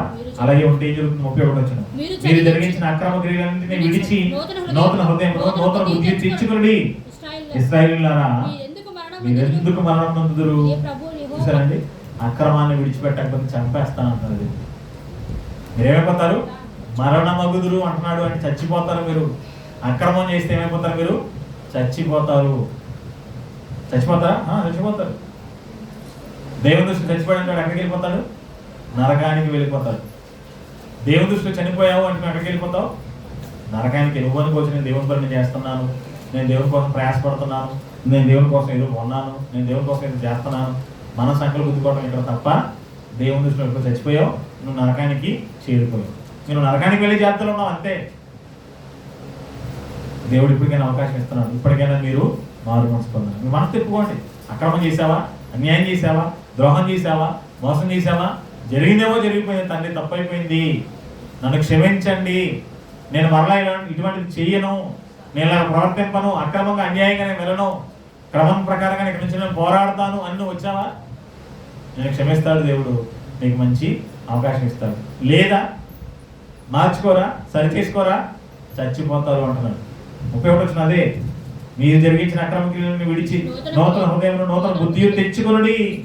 ఇశ్రాయేలీయులారా, ఆ రోజు వాళ్ళకి చెప్తున్నాడు, ఈ రోజు మనకి చెప్తున్నాడు. క్రైస్తవులారా, మీరు ఎందుకు మరణం అయిపోతారు? మీరు ఎందుకు చచ్చిపోతారు చెప్పండి? ఎందుకు మీరు అనవసరంగా చావును కోరుకుంటున్నారు? ఎందుకు మీరు అనవసరంగా నరకానికి వెళ్ళిపోవాలనుకుంటున్నారు? వద్దు, మీ పద్ధతిని మార్చుకోండి, మీ విధానాన్ని మార్చుకోండి. అక్రమ క్రియలన్నింటినీ మీరు ఏం చేయండి? విడిచిపెట్టేయండి. విడిచిపెట్టేయండి. అవునా? విడిచిపెట్టేయండి. అదే మంచి మాట. రోమపత్రిక 6:19 కూడా చూడండి. రోమపత్రిక 6:19 కూడా చూడండి. అపోస్తలుడైన పౌలు చెప్తున్నా చూడండి. 6:19 రోమపత్రిక మీ శరీర బలహీనతను బట్టి 6:19 చూడగలిగితే 13 అనుకుంటా. మరియు మీ అవయవములను అన్నిటి సాధనములకు పాపములకు అప్పగింపకుడి. అయితే మృతులలో నుండి 19 ఏమనగా అక్కడ చదువు. ఏమనగా అక్రమము చేయుటకై అపవిత్రతను అక్రమమునకును మీ అవయవములను దాసులుగా ఎలాగ అప్పగించిద్రో అలాగే పరిశుద్ధత కలుగుటకు ఇప్పుడు మీ అవయవములను నీతికి దాసులుగా అప్పగించండి. మారుమనసు పొందండి. అదే అంటున్నారు. ఒకప్పుడు మీరు అక్రమం చేయడానికి మీ చేతులు, మీ కాళ్ళు, మీ అవయవాలు ఉపయోగించుకున్నారు. ఎప్పటికైనా మీ అక్రమాలను విడిచిపెట్టండి, క్రమాన్ని పాటించండి. నేను మిమ్మల్ని క్షమిస్తాను అంటున్నాను. అక్రమాన్ని విడిచిపెట్టండి, క్రమాన్ని పాటించండి. అక్రమం చేయడం తొందరపడి చేసావు, అక్రమం చేసావు, తెలుసో తెలియకు, అయిపోయింది. ఇప్పటికైనా దేవుడు అంటున్నాడు, నువ్వు దాన్ని ఒప్పుకుంటే, నువ్వు దాన్ని విడిచిపెట్టేస్తే నేను నిన్ను క్షమిస్తాను అంటున్నాడు. క్షమిస్తాను అంటున్నాడా? చూడండి. హెబ్రీ పత్రిక ఏమండి 10వ అధ్యాయం 17 వచ్చినప్పుడు చూడండి. హెబ్రీ పత్రిక 10వ అధ్యాయం 17 వచ్చినప్పుడు మనం చదవగలిపి కదా ఏమండి. హెబ్రీ పత్రిక 10వ అధ్యాయం 17 వచనంలో దేవుడు అంటున్నాడు, వారి పాపములను వారి అక్రమములను ఇకను ఎన్నటికీ జ్ఞాపకము చేసుకొనని ప్రభు చెప్పుచున్నాడు. చూసారండి, వారి యొక్క పాపములను వారి యొక్క అక్రమములను ఎప్పుడు మనం వాటిని ఒప్పుకొని విడిచిపెట్టేస్తే, అందుకని యెహెజ్కేలు గ్రంథంలో చెప్పినట్టుగా మీ మనసు మార్చుకొని మీ అక్రమాలను విడిచిపెట్టండి. నూతన హృదయాన్ని మీరు పొందుకోండి. మీ అవయవాలను అక్రమానికి అప్పగించారు కదా, ఇప్పుడు వాటిని నీతికి అప్పగించండి. అలా మీరు చేస్తే, మీరు అలా చేస్తే నేను కూడా మీ పాపములను మీ అక్రమాలను నిర్ణయించాను, జ్ఞాపకము చేసుకోను, ఎప్పటికీ జ్ఞాపకం చేసుకోను. నేను మర్చిపోతాను. మీరు వాటిని ఒప్పుకొని విడిచిపెడితే నేను మర్చిపోతాను, లేదా వాటన్నిటిని గురించి మిమ్మల్ని ఎక్కడ నేను అడుగుతాను. కనుక ప్రియులారా, జట్టి అయిన వాడు అనగా క్రైస్తవుడు అయిన వాడు సైనికుడైతే సైనికుడైన ప్రతి ఒక్కడు కూడా ఎలా పోరాడాలి? క్రమం ప్రకారంగా పోరాడాలి, ఒక నియమం ప్రకారంగానే పోరాడాలి, ఒక పద్ధతి ప్రకారంగానే వెళ్ళాలి. దేవుని పని చేసే దేవుని పని క్రమంగా చేయి. చక్కగా దేవుని సన్నిధి క్రమంగా వస్తూ, వాక్యాన్ని క్రమంగా నేర్చుకుంటూ, వాక్యాన్ని నేర్చుకున్న తర్వాత క్రమంగా దేవుని పని స్వార్థ పనికి వెళుతూ, ఆ క్రమంగా నువ్వు ఒక సంఘాన్ని కట్టి క్రమంగా నువ్వు ఒక పరిచయం జరిగిస్తూ, అలా క్రమంగా నువ్వు ఉంటే పరలోకానికి వెళ్తావు తప్ప అక్రమంగా అడ్డదారులు వెళ్తాను, దేవుని పనే కదా నేను ఏం చేసినా పర్లేదులే, ఏం చేసినా దేవుడు క్షమిస్తాడులే, నేను చేసే దేవుని పనే కదా అనుకొని అక్రమంగా అడ్డదిడ్డంగా నీకు ఇష్టం వచ్చినట్టుగా నువ్వు వెళ్ళిపోతుంది. దేవుని పని కానే కాదు. ఆ పనిని దేవుడు అసలు అంగీకరింపడు. పైగా దానికి నువ్వేం చేయాలి? శిక్షను అనుభవించాలి. కాబట్టి జట్టి అయిన వాడు పోరాడవలసినది క్రమంగా పోరాడాలా, అక్రమంగా పోరాడాలా అంటే క్రమముగానే పోరాడాలి. మరి కొంతమంది ఎలా పోరాడుతున్నారు? సంఘంలో అక్రమంగా నడుచుకుంటున్నారంట. తెస్సలోనికల సంఘంలో కొంతమంది అక్రమంగా నడుచుకుంటున్నారంట. అలా సంఘంలోనే అక్రమంగా మారిపోయారు కొంతమంది. సంఘంలో ఉన్న వారి అక్రమం చేస్తున్నారు. కనుక సహోదరులారా, మీరు జాగ్రత్తగా ఉండండి. అలా అక్రమంగా నడుచుకున్న వారికి బుద్ధి చెప్పండి. అలా బుద్ధి చెప్పిన వాళ్ళు వినలేదా, వారి నుంచి మీరు దూరంగా తొలగిపోండి. వారితో కలిసి మీరు వెళ్ళకండి, వారితో కలిసి మీరు సహవాసం చేయకండి, వారితో కలిసి మీరు పని చేయకండి. వాళ్ళు చేస్తుంది కూడా దేవుని పనే కదండి, తప్పేముందండి అని అన్నావా? వాళ్ళ అక్రమ క్రియల్లో నువ్వు కూడా పాలి భాగస్తుడవే. అక్రమం చేసిన వాళ్ళకి ఎలాగైతే శిక్ష ఉంటుందో, వారికి సహకరించిన నీకు కూడా అదే శిక్ష ఉంటుంది. కాబట్టి అక్రమం చేసిన వారితో మనం ఎప్పుడు కూడా కలవకూడదు. మరి అక్రమం చేసే వారి విషయంలో మనం ఎలా ఉండాలి అని మనం ఆలోచిస్తే, మొట్టమొదట దేవుడు ఎలాగైతే అక్రమం చేయడో మనం కూడా అక్రమం చేయకుండా ఉండాలి. 2, అక్రమం చేసే వారిని గుర్తించి వారికి బుద్ధి చెప్పాలి. 3, అక్రమం చేసే వారికి దూరంగా ఉండాలి, వాళ్ళతో మనం కలవకూడదు. ఇలా మనం ఉంటేనే పరలోకానికి వెళ్తాం తప్ప అక్రమం చేసుకుంటూ, అన్యాయం చేసుకుంటూ, ఇష్టానుసారంగా ఉన్నప్పుడు కూడా మనం కలిసి తిరిగాం అనుకోండి, మనం కూడా వాళ్ళతో కూడా ఎక్కడికి వెళ్ళిపోతాం? నరకానికి వెళ్ళిపోతాం. కాబట్టి విన్న మాటలన్నీ ఒకసారి మనసులో పెట్టుకొని మళ్ళీ ఆ మాట చదువుకొని ముగించుకుందాం. 2 తిమోతి పత్రిక 3వ అధ్యాయం, ఏమంటే 3, 4, 5 వచ్చిన చదువుదాం. 2 తిమోతి పత్రిక 2వ అధ్యాయము 3, 4, 5 వచ్చిన చదువుకొని ముగించుకుందాం. క్రీస్తు యేసు యొక్క మంచి సైనికుని వలె నాతో కూడా శ్రమను అనుభవించుము. సైనికుడు ఎవడును యుద్ధమునకు పోవడప్పుడు తను దండులో సైన్యంలో చేర్చుకున్న వారిని సంతోషపెట్టాలని ఈ జీవన వ్యాపారంలో చిక్కుకొనడు.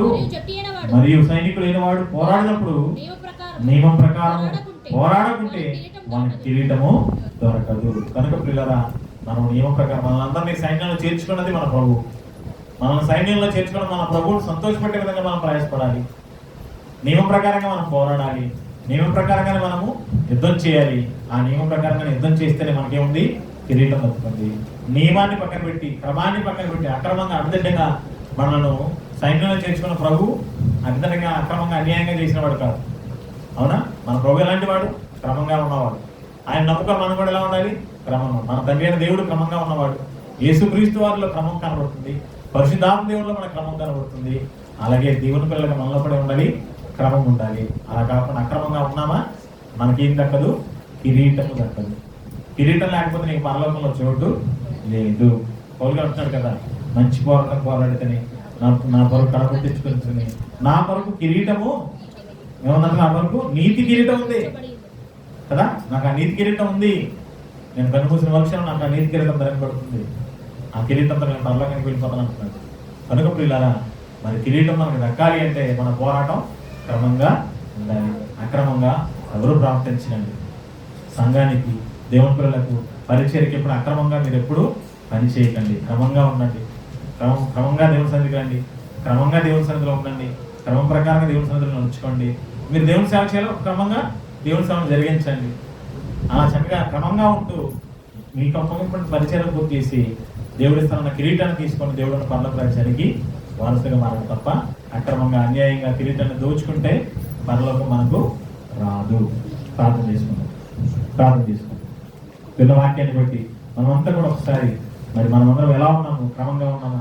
అక్రమంగా ఉన్నామా? ఒకవేళ మనం ఎక్కడైనా అక్రమాన్ని పాటిస్తున్నామా? ఒకసారి మళ్ళీ మనం ఆత్మవిమర్శ చేసుకుందాం. మనం ఎలా పోరాడుతున్నాము, మన పోరాటం ఎలా కొనసాగిస్తున్నామో పరిశీలన చేసుకుంటూ ఏమండి మరి ప్రార్థనలోకి పోతాం. ప్రార్థన చేసుకుందాం పిల్లల అవకాశం అందరూ మోకరించండి, ప్రార్థనలోకి పోయించండి. ప్రార్థన చేసుకుందాం. పరిశుద్ధమైన తండ్రి, ప్రార్థన మీకు వందనాలు. ఈ ఉదయకాల సమయంలో మీ పిల్లలుగా మేము తండ్రి మంచి మాటలు వినే అవకాశాన్ని మాకు ఇచ్చినందుకు వందనాలు తండ్రి. జట్టి అయిన వాడు పోరాడుకుంటూ క్రమం ప్రకారంగా పోరాడాలన్నది మీరు ఇచ్చిన వాక్యం, మీరు ఇచ్చిన ఆజ్ఞత. క్రమం ప్రకారంగా పోరాడిన వాడికి జీవ కిరీటం దక్కుతుంది అని, కిరీటం దక్కుతుందని మీ లేఖనంలో సెలవిచ్చారు. కానీ ఈరోజు ఎంతో మంది క్రమాన్ని పక్కన పెట్టి అక్రమంగా అన్యాయంగా అడ్డదారులలో కిరీటాన్ని దక్కించుకోవాలని ఆశపడుతున్న వారు పౌరులుడుతూ ఉన్నారు. అలా అడ్డదారులో అక్రమంగా అన్యాయంగా పరిగెత్తి కిరీటాన్ని దక్కించుకోవచ్చని అత్యాశతో తండ్రి మీరు అప్పగించిన పనిని పరిచర్యలను పాడు చేస్తూ, సంఘాన్ని పాడు చేస్తూ, పరిచర్యలను పాడు చేస్తూ క్రమాన్ని పక్కన పెట్టిన వారందరికీ కిరీటం దక్కదు అని మీరు చెప్పిన మాట ఈరోజు మేము అందరం నేర్చుకున్నాం ఆయన. కాబట్టి నిన్న వాక్యాన్ని బట్టి మేము ఎలా ఉన్నామో, ఎలా పరిగెత్తుతున్నామో, క్రమంగా నడుచుకుంటున్నామో, అక్రమంగా నడుచుకుంటున్నామో ఆలోచించుకునే జ్ఞానాన్ని మా అందరికీ దయచేయండి. క్రమంగా పోరాడితేనే నాయన మీరు నా పర్లకు రాజ్యమని, క్రమాన్ని తప్పితే ఇది ఇచ్చే నరకమని మీ లేఖనాల్లో ఒక సెలవిచ్చారు కనుక మేము ఎలా ఉన్నామో ఒక్కసారి మమ్మల్ని పరిశీలించుకోవడానికి ఆత్మవిమర్శ చేసుకోవడానికి సహాయం చేయండి. ఎందరో సహోదరులు తండ్రి ఈ క్రమాన్ని గుర్తించలేక అక్రమంగా అడ్డదారుల్లో పరిగెత్తున్నారు తండ్రి. అలాంటి వారందరూ మీ శిక్షకు పాత్రలను మీ లేఖనాలు సెలవిచ్చాయి. అలాంటి వారితో మేము కలుసుకొని వారితో కలిసి మీ పని అనుకొని కనుక మేము వెళితే తండ్రి మేము కూడా వారితో కలిసి అక్రమంలో పాలుభాగస్తులమైనట్టే అని మీ లేఖనాలు సెలవిస్తున్నాయి కనుక తండ్రి అక్రమం చేసేవారికి సహకరించే వారమే కాక అక్రమం చేసేవారికి మేము దూరంగా ఉండడానికి సహాయం చేయండి. మా అన్నదమ్ములు కావచ్చు, మా అక్కచెల్లెలు కావచ్చు, మా రక్త సంబంధులు కావచ్చు, మా ఇంటి వారే కావచ్చు తండ్రి. ఎవరు అక్రమంగా ప్రవర్తించినా వారికి దూరంగా ఉండే మంచి మనసు మాకు దయచేయండి. ఎవరు తండ్రి అక్రమం చేసినా వారిని సమర్థించకుండా అక్రమం చేసిన వారికి దూరంగా ఉంటూ ఆయన క్రమాన్ని పాటించే వారు ఉండగలరు. తగిన జ్ఞానం మాకు దయచేయమని అర్థిస్తుంది. నడిచిన మంచి మాటలకే వందనాలు తెలియజేసి ఎంతో ఓపికగా మీ పిల్లలు ఈ మాటలన్నీ విన్నారు.